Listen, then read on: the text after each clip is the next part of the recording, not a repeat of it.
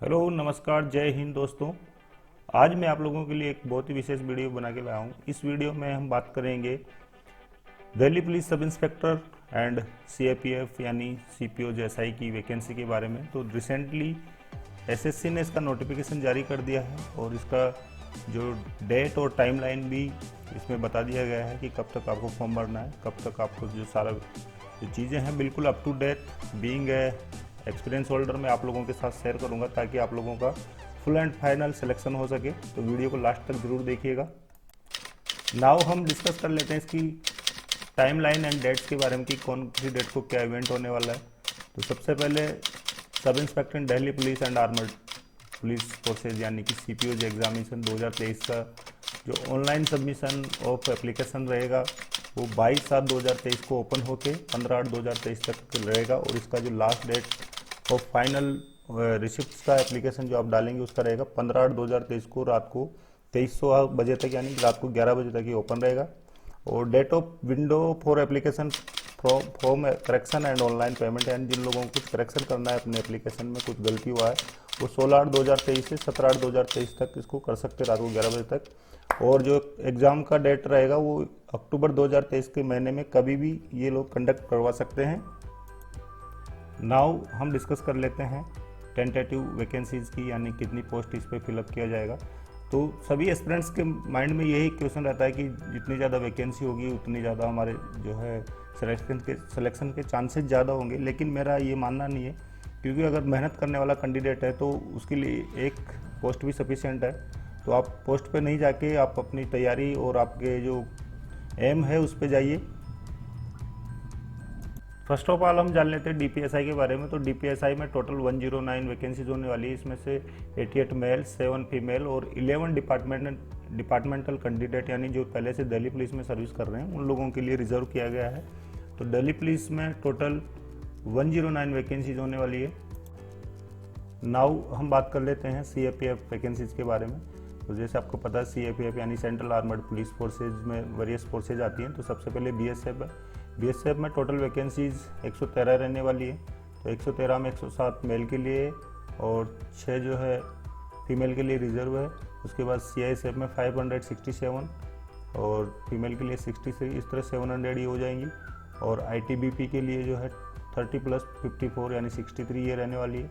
SSB के लिए 85.5 यानी 90 एंड टोटल जो वैकेंसीज पूरे ओवरऑल पैरामीटरीज में रहने वाली है वो है 1714।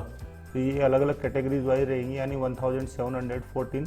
तो वह बहुत सारी वैकेंसी है और ये एक गोल्डन चांस है आप लोगों के लिए जो इसकी तैयारी कर रहे हैं, जो सीरियस तैयारी कर रहे हैं।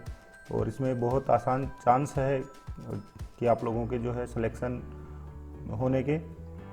अगर आप थोड़ा भी इस पर रस डाल के या थोड़ा सीरियस होकर इसकी तैयारी करेंगे तो ये आपके सिलेक्शन होने के बिल्कुल 90% चांस रहेंगे। अब मैं आगे आपको बताऊंगा कि इसके जो है एलिजिबिलिटीज़ क्या रहेंगी, क्या क्या इसका क्राइटेरिया रहेगा जिसके चलते आप इसमें फॉर्म भरने के लिए एलिजिबल। जैसा मैंने आपको बताया कि एक टेंटेटिव वैकेंसी यानी एक टेम्प्रोरी ये फिक्स नहीं है। तो ये वैकेंसी जो मैंने आपको बताया है और जो सामने लिखा हुआ है इसमें चेंजेस भी हो सकते हैं। जो आपके जो कैंडिडेट्स अवेलेबिलिटीज हैं ज़्यादा कैंडिडेट्स हो जाएंगे या फिर डिपार्टमेंट की रिक्वायरमेंट आएगी उसके हिसाब ये बढ़ भी सकती है और घट भी सकती है। तो हम बात कर लेते हैं अभी इसकी एलिजिबिलिटी क्राइटेरिया की यानी कि क्या क्या इसकी योग्यता रहेंगी। तो सबसे पहले हम बात कर लेते हैं कि कौन कौन से देश के लोग या जो नेशनलिटी वाले हैं या जिसकी सिटीजनशिप है कौन कौन से कंट्रीज़ के लोग इसके लिए अप्लाई कर सकते हैं। तो इसमें इंडिया के अलावा और कंट्री के भी लोग भी अप्लाई कर सकते हैं। तो सबसे पहले इसमें आपका इंडियन सिटीजन होना ज़रूरी है। उसके बाद कुछ एक केसों में नेपाल और भूटान के जो नागरिक हैं वो भी अप्लाई कर सकते हैं। तो उसके साथ कुछ कंडीशंस होगी उनको फुलफिल करना पड़ता है। क्राइटेरिया यानी इसकी योग्यता में हम बात कर लेते हैं एज की। तो जानेंगे हैं कितनी उम्र तक के लोग और कम से कम कितनी उम्र के लोग इसमें अप्लाई कर सकते हैं। एज लिमिटेशन 20 एंड 25 ईयर्स रहने वाली यानी मिनिमम एज रहेगा 20 साल एंड मैक्सिमम रहेगा 25 साल। यानी जो कैंडिडेट 2/8/1998 एंड 1/8/2003 के बीच में जिनका बर्थ है वो लोग इस पोस्ट के लिए अप्लाई कर सकते हैं। नाउ एजुकेशन क्वालिफिकेशन की बात करते हैं। तो एजुकेशन में इस पोस्ट के लिए आपको किसी भी स्ट्रीम में एक रिकॉग्नाइज्ड यूनिवर्सिटी से आपको ग्रेजुएट होना ज़रूरी है। इसके अलावा जो लोग अपीयर हो रखे हैं ग्रेजुएशन के लिए वो भी इसमें अप्लाई कर सकते हैं।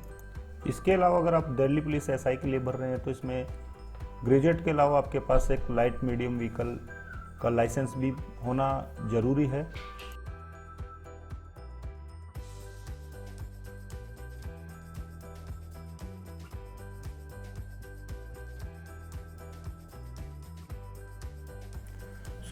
एज पर गवर्नमेंट रूल जो सीटें रिजर्व रहेगी वो इस प्रकार रहेंगी कि कुछ सीटें एससी कैंडिडेट्स के लिए, कुछ एसटी के लिए एंड ओबीसीज फीमेल कैंडिडेट्स के लिए भी कुछ सीट रिजर्व रहने वाली, और ईडब्ल्यूएस जो रिजर्व कोटा है उसके लिए भी कुछ सीट रहेगी। इसके अलावा जो हमारे एक्स सर्विसमैन भाई हैं उनके लिए भी कुछ सीटें रिजर्व रखी गई है, और डिपार्टमेंटल जो रिजर्वेशन है वो दिल्ली पुलिस के लिए केवल रखा गया है।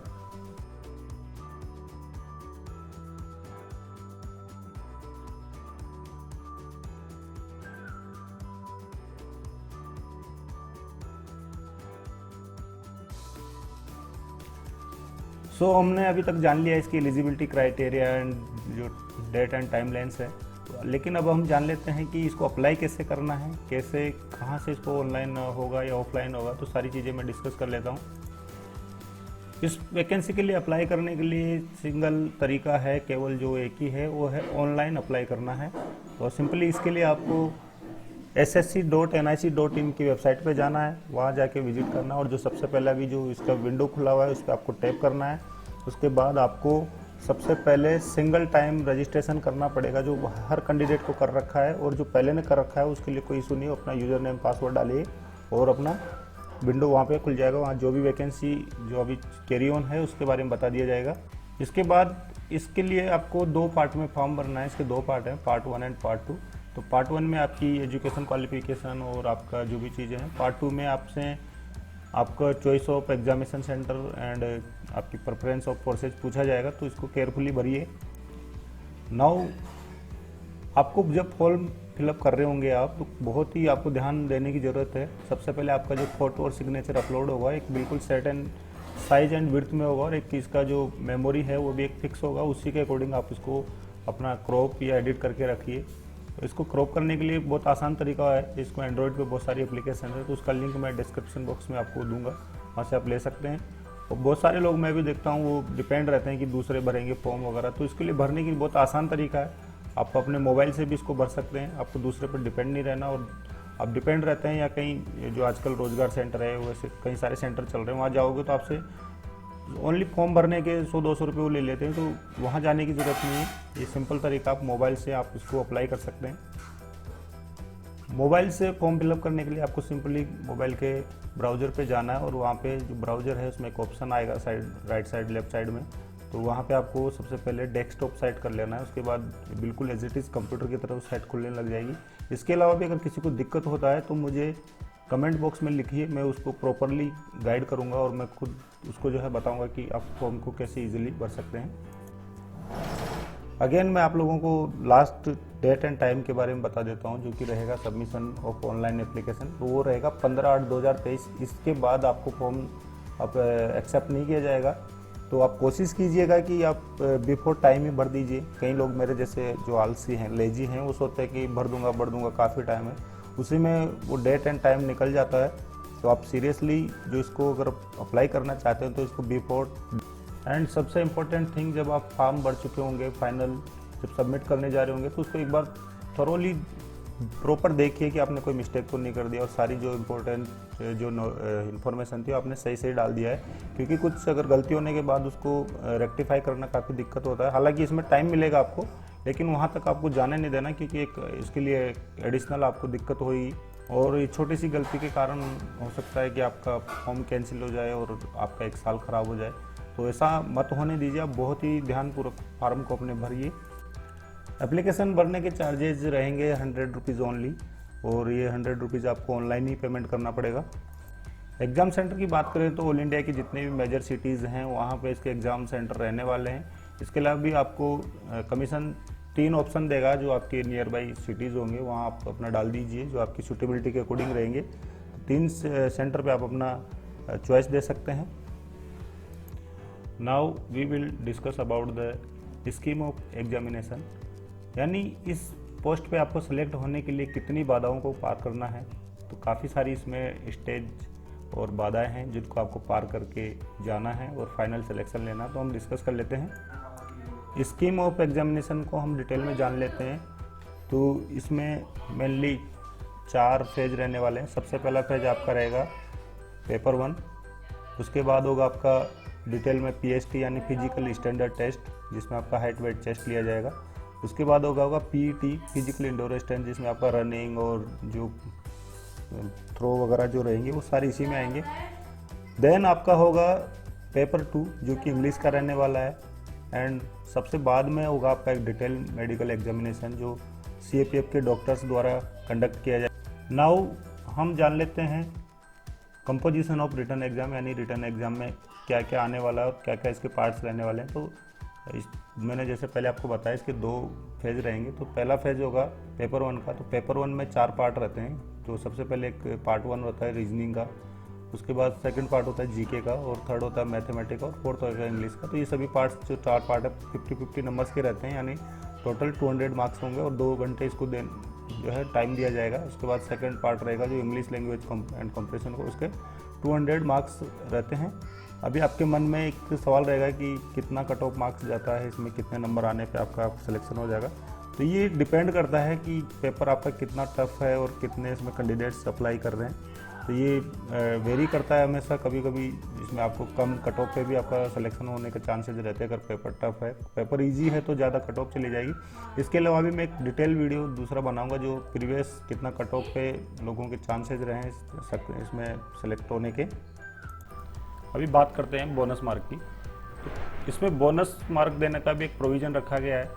तो बोनस मार्क ऐसे कैंडिडेट्स के लिए रखा गया है जिनके पास NCC का A, B और C सर्टिफिकेट। तो C सर्टिफिकेट्स जो होल्डर कैंडिडेट्स रहेंगे उनको 10 मार्क्स मिलेगा, और B वाले को 6 और A वाले को 4 मार्क्स नॉर्मलाइजेशन के टाइम मिलेगा। और इसके अलावा जो भी आउटस्टैंडिंग प्लेयर रहे हैं अपने एकेडमिक्स में, तो उन लोगों को भी कुछ मार्क्स एक्स्ट्रा दिए जाएंगे और वो नॉर्मलाइजेशन के टाइम दिए जाएंगे पेपर 1 और 2 में।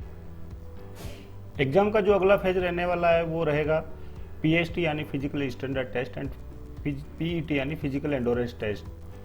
नाउ इस रिक्रूटमेंट का जो नेक्स्ट फेज रहने वाला है वो रहेगा PST एंड PET यानी physical standard test and physical endurance test. तो इसमें जो है सबसे पहले PST होगा। PST में आपका हाइट वेट चेस्ट और आपका जो है अपीयरेंस देखा जाएगा कि आप फोर्स में जॉब करने लायक है कि नहीं, गुड लुकिंग आपका रहना चाहिए, टीथ वगैरह। तो ये सब चीज़ें इसमें देखा जाएगा। तो इसमें हाइट और ये दिया गया है। तो जो नॉर्मल कैंडिडेट है उनके लिए 170 मिनिमम हाइट होना है, 80-85 का चेस्ट एक्सपांशन रहना है। उसके बाद इसमें भी कुछ जो है कैंडिडेट्स हैं उनको as per government policies reservation रहेगा। तो इसमें मैं सारा इंडिकेट किया हुआ है, तो आप उसको देख सकते हैं। तो मिनिमम जो है 170 हाइट का है। हाइट पे ज़्यादा इशू रहता है। तो एक बार आप लोग अपेयर करने से या पहले एक बार चेक कर लीजिए कि आपका हाइट है वहाँ तक है कि नहीं, क्योंकि हाइट ऐसा एक मैटर रहता है कि आप उसको मैनेज या आप उसको कुछ दिनों में आप अपग्रेड नहीं कर सकते। वो एक बाय बर्थ और एक स्लो प्रोसेस होता है। तो ऊपर दिए गए चार्ट के अकॉर्डिंग आप अपना एक बार फिजिकल मेजरमेंट जरूर करवा लीजिए। अगर आप पूरा क्राइटेरिया फुलफिल कर रहे हैं तो आप इसको श्योरली अप्लाई।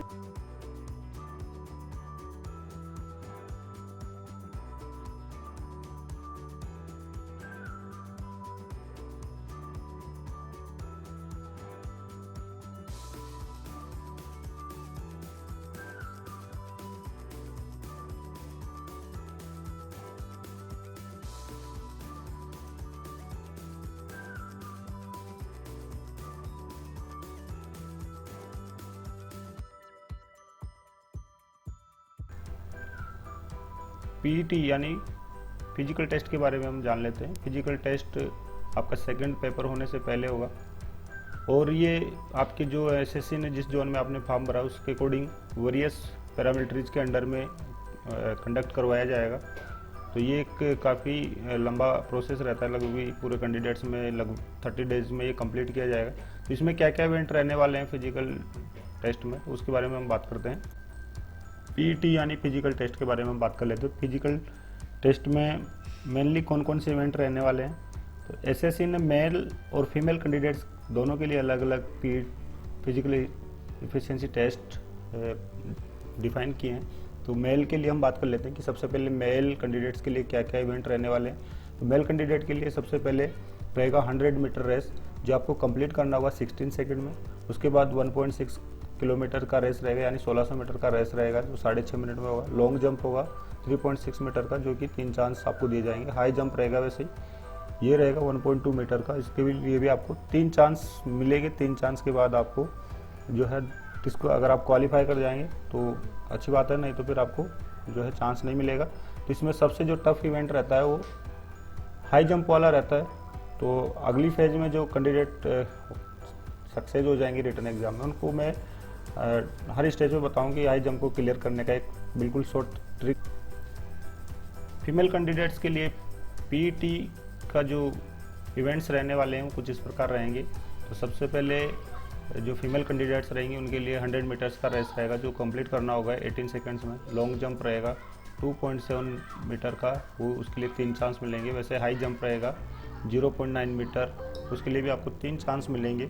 और एक चीज़ मैं यहाँ पे क्लियर कर देता हूँ कि आप लोगों को फिजिकल में कुछ भी कितना भी अच्छा करेंगे उसके नंबर नहीं मिलेंगे, वो एक बस मिनिमम क्वालिफिकेशन रहेगा, आप उसको पास करना ही है। उसका कोई मार्क्स आपको नहीं मिलेगा और उसका कोई एडवांटेज नहीं रहेगा। लेकिन फिजिकल एक ज़रूरी इसमें अहर्ता है, यानी उसके लिए एक एलिजिबिलिटी है, तो उसको क्वालिफाई करने का नंबर नहीं मिलेंगे, यानी इसके लिए आपको गाइज आपको यहाँ पे एक ध्यान देने वाली और बहुत इंपॉर्टेंट चीज़ मैं आपको बताने जा रहा हूँ। जब आपका पीईटी होगा तो पीईटी में क्या होता है, हम थोड़ा नर्वस हो जाते हैं और उसी टाइम हम लोगों का जैसे चेस्ट एक्सपांसन में जो मेल कैंडिडेट रहेंगे उनके लिए कभी वो जो है परफॉर्मेंस प्रेशर में आ जाते हैं और वो प्रॉपर जो है अपना परफॉर्मेंस नहीं दे पाते। तो अगर वहाँ आपको डिस्क्वालीफाई कर दिया जाता है तो जो ग्राउंड में मौजूद जो स्टाफ हैं और जो बोर्ड है उनसे आप रिक्वेस्ट कर सकते हैं। अगर आपको जो है डिस्क्वालीफाई कर दिया जाता है तो आप एक रिक्वेस्ट करके या उसको अपील कर सकते हो। अपीलेट अथॉरिटी रहेगी तो अपील करने से आपको हो सकता है कुछ टाइम बाद वेट दे दिए टाइम दे के आपका दोबारा से मेजरमेंट किया जाए और आपका आ जाए। लेकिन मैं ये कहना चाह रहा हूँ, अगर आप वहाँ पे हो जाए तो चुपचाप अपना ग्राउंड से बाहर नहीं आ जाना, एक बार आप कोशिश कीजिए। इसके बारे में मैंने आपको पहले बता दिया कि जो पीईटी एंड पीएसटी रहने वाला है उसका कोई आपको एडिशनल मार्क्स नहीं मिलेंगे।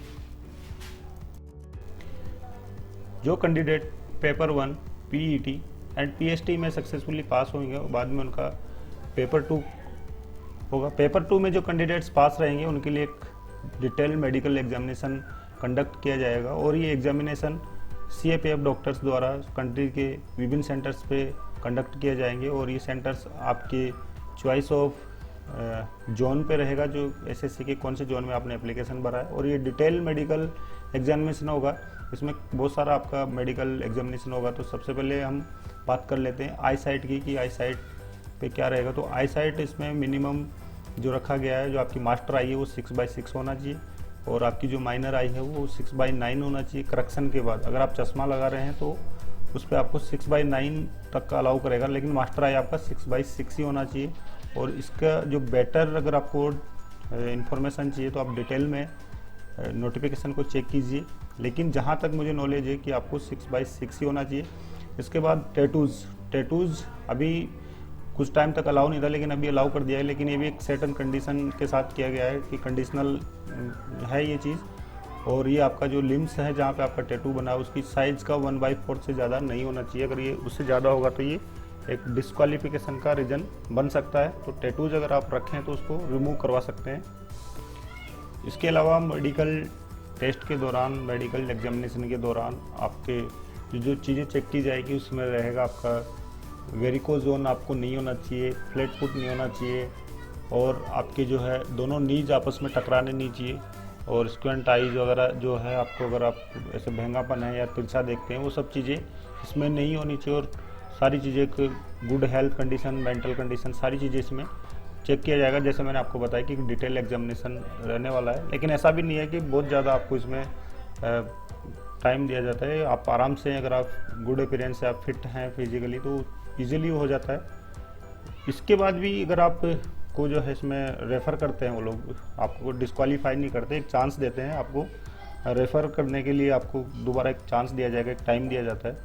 तो उस टाइम में आप दोबारा से एक बोर्ड के होगा, आप सिविल डॉक्टर से जो भी आपको करेक्शन दिया जाता है उसको सही करवा के वहाँ से उनसे एक सर्टिफिकेट लेके वापस बोर्ड के सामने अपीयर हो जाइए। वहाँ पे आपको दोबारा चेक किया जाएगा और वहाँ पे आपको अगर आप फिट पाए जाते हैं तो वापस आपको मेडिकल एग्जामिनेशन फिट करके एग्ज़ाम में नेक्स्ट स्टेज के लिए अलाउ किया जाएगा।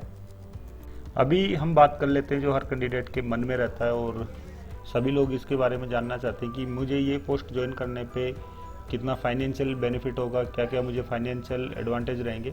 तो सबसे पहले मैं आपको बता दूं कि ये जो CAPF का सब इंस्पेक्टर होता है ग्रेड B में आता है, लेकिन स्टेट पुलिस में जो सब इंस्पेक्टर्स होते हैं वो ग्रेड C में आते हैं। तो सबसे बड़ा एडवांटेज तो मुझे यही लगता है कि आपको जो है डायरेक्ट ग्रेड B की जॉब मिलेगी।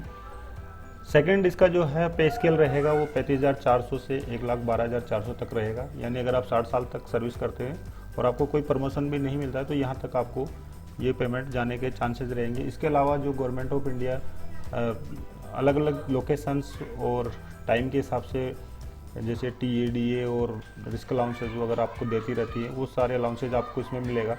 तो मेनली जो कैंडिडेट फ्रेश भर्ती होकर आएगा पहली बार में तो उसको अप्रोक्सीमेट 60,000 का जो पेमेंट है वो मिलेगा फर्स्ट मंथ में। इसके अलावा आपको जो है अगर आप अच्छा सर्विस रिकॉर्ड रखेंगे, अच्छी आपकी सर्विस रहेगी तो आपको टाइमली प्रमोशन मिलेगा। और अगर आप लाइफ लॉन्ग यानी 60 ईयर्स आपकी एज के जो सर्विस करेंगे तो आपको जो है अप टू डिप्टी कमांडेंट या कमांडेंट तक प्रमोशन होने के चांस होगा। हालांकि ये वेरी करेगा अलग अलग फोर्स पे, क्योंकि अलग अलग फोर्सेज में किसी में प्रमोशन फास्ट है, किसी में स्लो है, तो वो चीज़ें डिपेंड करती है। लेकिन इसमें एक जो नाउ अब हम बात कर लेते हैं कि प्रेफरेंसेज और पोस्ट के लिए, यानी कि आपको जब फॉर्म आप फिलअप कर रहे होंगे तो उस टाइम कौन सी प्रेफरेंस देना है, कौन सी फोर्स में आपको जाना है। तो उसके लिए जो SSC ने जो एक नॉर्म्स बनाया तो दिल्ली पुलिस के लिए A रखा गया है, बॉर्डर सिक्योरिटी फोर्स के लिए B, CISF यानी सेंट्रल इंडस्ट्रियल सिक्योरिटी फोर्स के लिए C, CRPF के लिए D एंड ITBP के लिए E एंड सशस्त्र सीमा बल के लिए F। तो यहाँ के कैंडिडेट काफ़ी कंफ्यूज हो जाता है कि मैं क्या भरूँ क्या नहीं भरूँ। कुछ लोग रैंडमली ऐसे भर देते हैं, कुछ लोग 1-2 प्रेफरेंस छोड़ देते हैं। तो मैं आप लोगों को यहाँ सजेस्ट करना चाहूँगा कि आप जो है A to Z पूरा जो भी इसमें वैकेंसीज हैं उसकी सारी प्रेफरेंस आप दीजिए, सो दैट अगर आप जो कम भी नंबर आते हैं तो आपको जो सबसे जो लास्ट रहेगा उसमें आपको सिलेक्ट होने के चांसेस रहेंगे। और काफ़ी लोग यहाँ पे कंफ्यूज रहते हैं कि मुझे कौन सा सिलेक्शन देना है क्या नहीं देना है। तो इसके लिए मुझे एक अलग वीडियो बनाना पड़ेगा, क्योंकि कंट्री की जो वेरियस पैरामिलिट्री फोर्सेज है जो CAPF है उनका रोल एंड रेस्पॉन्सिबिलिटीज़ अलग अलग है और उनकी कुछ जो वर्क कल्चर डिफरेंस है और उसमें कुछ में थोड़ा सॉफ्ट है, कुछ में हार्ड है। लेकिन पैरामिलिट्रीज जो अल्टीमेटली एक सेंट्रल की आर्मर्ड फोर्स है तो वहाँ थोड़ा जो है वर्क कल्चर आपको सिविल जॉब से अलग ही मिलेगा। तो उसके लिए मैं थोड़ा अलग एक वीडियो बनाना पड़ेगा। लेकिन मैं यहाँ पे आपको एक चीज़ क्लियर कर दूँ कि इसमें जो सबसे ज़्यादा जो कट ऑफ रहेगा वो रहेगा दिल्ली पुलिस का, उसके बाद रहता है CISF का। तो उसी के अकॉर्डिंग आप अपना जो है प्रेफरेंस दीजिए। इसका क्या रीज़न है इनका कट ऑफ रहने का वो मैं आपको जैसे बताया कि उसके लिए एक अलग वीडियो बनाऊंगा मैं, उसमें आप ये सारी चीज़ें मैं क्लियर करूंगा। तो by the grace of God you are finally selected in the for the post of CAPF sub inspector और Delhi police sub inspector. Then you have to go for 50 week long training. तो ये जो training है वो country के various training centres में होगी। तो अलग अलग फोर्सेज के अलग अलग ट्रेनिंग सेंटर है। तो आपको पता है जैसे आप एज ए सब इंस्पेक्टर आप फोर्स ज्वाइन करेंगे तो आप एक जेंटलमैन कैंडिडेट रहेंगे, क्योंकि आप अबोव द 3-4 पोस्ट आप ऊपर रहेंगे और आप एक सब ऑफिसर के बतौर जो ज्वाइन करेंगे तो आपको जो भी एकेडमीज़ हैं और जो बेस्ट ट्रेनिंग सेंटर है वहाँ पे आपको भेजा जाएगा और वहाँ पे आपको 52 वीक का जो है ट्रेनिंग दिया जाएगा। तो उस ट्रेनिंग में आपको काफ़ी सारी जो एक्टिविटीज़ है, आपको प्रोफेशनलिज्म से लेके आपका पर्सनैलिटी डेवलपमेंट, आपका फिजिकल एंडोरेंस को डेवलप करना, सारी चीज़ें सिखाई जाएगी। और वहीं पे आपका कन्वर्जेशन होगा, एक सिविलियन को एक सोल्जर कैसे बनाते हैं आप वहाँ ये सब चीज़ें सीखेंगे। तो जो ट्रेनिंग है उसका जो है एक अलग मज़ा रहेगा।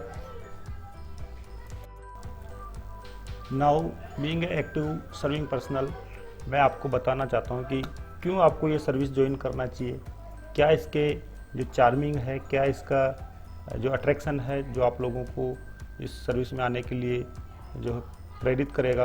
तो सारी चीज़ें हैं, तो हम इसको थोड़ा डिटेल में डिस्कस करना चाहूँगा। क्यों? सबसे पहले तो कि एक पेट्रियोटिक सर्विस है, कि एक बहुत ही आपकी जो देशभक्त टाइप के जो लोग हैं, जो कैंडिडेट्स हैं, उनको एक बहुत ही सुनहरा मौका है कि आप अपने जो देशभक्ति अपनी कंट्री की सर्विंग है वो ज़्यादा अच्छे से यहाँ पे आप कर सकते हैं। उसके बाद यहाँ पे जो है जब ज्वाइन करेंगे तो यहाँ एडवेंचर्स एंड चैलेंजेस बहुत आते हैं इस लाइफ में, क्योंकि आपको सर्विस को लेके और वो अलग अलग टाइप की जो है केस स्टडीज़, अलग अलग के केसेज आपको मिलेंगे। सेकंड थिंग, एक जो है आपको यहाँ मिल के अपने आप को काम करना कैसे जगह, टीम वर्क कैसे होता है। उसके बाद आपका स्किल डेवलपमेंट, आपकी जो स्किल है, प्रोफेशनलिज्म, और आपका एक अदर स्किल जो रहता है जो आपको सिविल लाइफ में भी काम आएगा, वो सारी चीज़ें इसमें आपको जो सीखने का मौका मिलता है। उसके बाद ये एक वे है आपको जो इंडिया की जो एलाइड फोर्सेज हैं, जैसे एनएसजी हो गया, एसपीजी हो गया, एनडीआरएफ हो गया, यूएनओ पीस कीपिंग जो मिशन में जो इंडिया की तरफ से पीपल जाते हैं, वो इन्हीं सर्विसेज में जो ऑलरेडी पीपल सर्विस कर रहे होते हैं वही लोग जाते हैं। और सबसे अच्छा जो एक है आपको अनएम्प्लॉयमेंट दूर करने का तरीका है कि आपको सिंपली ग्रेजुएट करना है। आपको कोई बड़ी डिग्री इंजीनियरिंग वगैरह के लिए खर्चा नहीं करना है, सिंपली ग्रेजुएट आप कीजिए और वहाँ से आप सीधे यहाँ आ जाइए। आपको जो है ये फोर्सेज बढ़िया से डेवलप करेगी और आपको एक जेंटलमैन ऑफिसर बनाएगी। इसके डिसएडवांटेज भी है, लेकिन according to my view there is nothing disadvantage of the services. क्योंकि आप कुछ लोगों को जो आपके आस पड़ोस में रहेंगे उनसे पूछेंगे कि मुझे ये सर्विस के लिए अप्लाई करना है कि नहीं करना है, तो काफ़ी लोग आपको जो है डिमोरलाइज करेंगे, नहीं ये नहीं करना, ये बेकार है, उसमें आपको दूर रहना पड़ेगा, ये है वो है।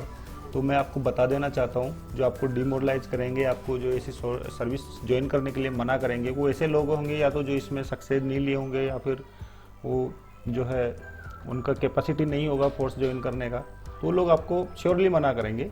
लेकिन जब मैं ये देखता हूँ तो ये बिल्कुल मुझे नहीं लगता है, जब इसके एडवांटेज के कंपेयर में, तो ये डिसएडवांटेज बिल्कुल जीरो हो। और इसका कोई एक लॉजिकल रीज़न मैं नहीं बताऊंगा, क्योंकि बीइंग ए सोल्जर आपको ये सारी चीज़ें थोड़ा फेस ही करनी पड़ती है, तो आपको थोड़ा हार्ड ट्रेनिंग करना पड़ेगा, ठीक है। पोस्टिंग थोड़ा इधर उधर रहता है, एक्सटेंडेड जो है सेपरेशन ऑफ फैमिलीज रहता है, तो इसके लिए आपको सफिशिएंट 60 डेज 75 डेज का छुट्टी मिलेगा। और रिस्क और डेंजर तो रहता है, उसके लिए आपको सारी चीज़ें ट्रेनिंग दिया जाता है, तो वो ऐसा नहीं है। और आपकी जो है पर्सनल लाइफ वगैरह, लेकिन वहाँ का आप कल्चर देखेंगे आपको सारी चीज़ें मिलेंगी। तो ये सारी चीज़ें मुझे बिल्कुल जीरो लगती है इसके एडवांटेज के सामने, तो आपको श्योरली ये सर्विस ज्वाइन करना चाहिए। तो इंडियन सीएपीएफ यानी सेंट्रल आर्मर्ड सर्विसेज हैं, वो एक बहुत ही रेस्पेक्टफुल जॉब है। तो आपको अगर आप थोड़ा भी इसमें इंथुजिस्ट है आने के लिए, और आप श्योर मतलब प्रॉपरली इसमें आना चाहते हैं तो आइए। लेकिन कुछ जो कैंडिडेट्स रहते हैं कि मुझे कोई जॉब नहीं मिल रहा है और वो लास्ट पेज में जो है ज्वाइन कर लेते हैं, तो ऐसे लोग भी मैंने देखे हैं कि वो हाईली क्वालिफाइड रहते हैं और वो कुछ मजबूरी के कारण जॉब को ज्वाइन कर लेते हैं सीएपीएफ आर्मर्ड फोर्स का। जो मैंने आपको जैसे बताया कि कुछ चैलेंजेस हैं फोर्स की जॉब में, लेकिन ऐसा नहीं है कि बहुत ज़्यादा आपको हरास या कुछ दिक्कत रहती है। उसके लिए सारे यहाँ पे सिस्टम बना हुआ है, आपको सारी चीज़ें प्रॉपर टैकल किया जाता है। तो आप आइए, पूरा अच्छा मन बना के इसके लिए तैयारी कीजिए और फोर्स ज्वाइन कीजिए। तो आर्मर्ड फोर्स की जो सर्विसेज है, सीएपीएफ की जो सर्विसेज है, एक बहुत ही हाईली प्राइड और एक भाई बंधु वाली, यानी आपस में मिलजुल के रहने वाली एक सर्विस है। और ये आपको जो कोई लोग बताते हैं वो उसके रोल और रिस्पॉन्सिबिलिटीज़ के अकॉर्डिंग वो उनके लिए एक डिफ़िकल्टीज रहती है। तो जैसे आपको पता है फोर्स में वेरियस रैंक होती है, वेरियस पोस्ट होती हैं, वेरियस स्ट्रीम होती है, जो मेन रहते हैं, जो जीडी जो जिसके लिए आप अप्लाई कर रहे हैं, तो इसमें और इसमें कुछ फ़र्क रहता है। लेकिन जो है सबसे पहले एक पेट्रियोटिक सर्विस आर्मर्ड फोर्सेज है, तो आपको बिल्कुल इसके लिए तैयार रहना चाहिए, आपको अप्लाई करना चाहिए। और बहुत सारी इसमें जो है आप लोगों के लिए अपॉर्चुनिटीज़ हैं। तो मैं आप लोगों को अपनी शुभकामनाएं देता हूं कि आप प्रॉपर तैयारी कीजिए। सबसे पहले आप रिटर्न की तैयारी कर लीजिए। एसएससी को जैसे आपको पता है बिल्कुल फेयर एग्ज़ाम कंडक्ट करवाती है, अदर देन जो स्टेट एजेंसीज़ हैं। अभी जैसे उसमें रिसेंटली काफ़ी पेपर आउट होना, ये होना, तो इसमें वो सब चीज़ें नहीं होती है। फेयरली और टाइमली इसमें आपको विदिन 6 मंथ आपको जो अपॉइंटमेंट दे दिया जाता है। दूसरा, इसके अंदर एक जो है थोड़ा इजी तो नहीं बोलेंगे, लेकिन पेपर का जो पैटर्न है वो काफ़ी ठीक रहता है। तो सब लोग इसके अंदर अपना आसानी से पार्टिसिपेट करके और अच्छा तैयारी करके आप पेपर निकाल सकते हैं। पेपर निकालने के लिए आपको कोई अच्छा जो कोचिंग ज्वाइन कर सकते हैं। अगर आपको कोई थोड़ा बिल्कुल आइडिया नहीं है कि एसएससी का पेपर कैसे आते हैं, क्या उसके, तो इसके लिए वरियस आपको ऑनलाइन वीडियो और कोचिंग ज्वाइन कर सकते हैं। तो ये सब चीज़ें हैं, ये सारा वीडियो था बनाने का मेरा मकसद।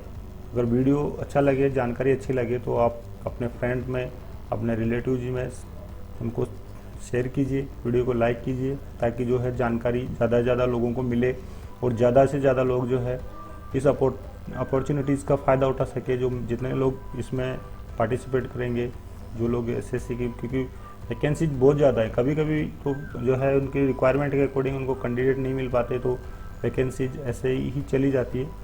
तो उस चांस को आप जाने मत दीजिए। तो again best of luck all the candidates. तो be prepare, best of luck again.